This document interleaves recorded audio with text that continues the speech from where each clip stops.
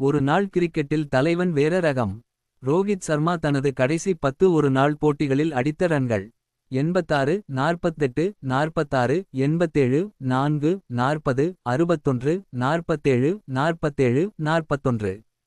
10 போட்டிகளில் 0-6 போட்டிகளில் தன்னுடைய அரை சதம் இழந்து இருக்கிறார். இதில் 2 சதங்களும் தவறி இருப்பது குறிப்பிடத்தக்கது.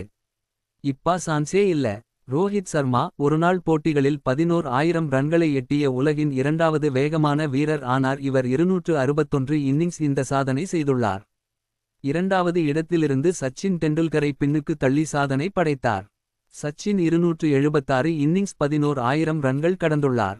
துபாய் சர்வதேச மைதானத்தில் வியாழக்கிழமை நடைபெற்ற குரூப் ஏ போட்டியில் பங்களாதேஷுக்கு எதிரான போட்டியில் தொடர்ச்சியாக பவுண்டரிகள் அடித்து இந்திய கேப்டன் ரோஹித் சர்மா தனது சாம்பியன்ஸ் டிராபி 2025 போட்டிகளில் ஒரு நேர்மறையான தொடக்கத்தை தொடங்கினார்.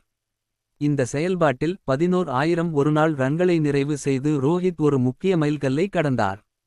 சச்சின் டெண்டுல்கர், சவுரவ் கங்குலி மற்றும் விராட் கோலி ஆகியோருக்குப் பிறகு 50 ஓவர் கிரிக்கெட்டில் இவ்வளவு ரன்கள் எடுத்த 4வது இந்தியர் என்ற பெருமையைப் பெற்று அவர் ஒரு உயரடுக்கு கிளப்பில் இணைந்தார்.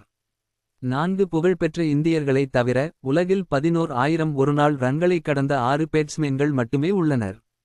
அவர்கள் Ricky Ponting, Jacques Kallis, Kumar Sangakkara, Sanath Jayasuriya, Inzamam ul Haq மற்றும் மகேலா ஜெயவர்தனே.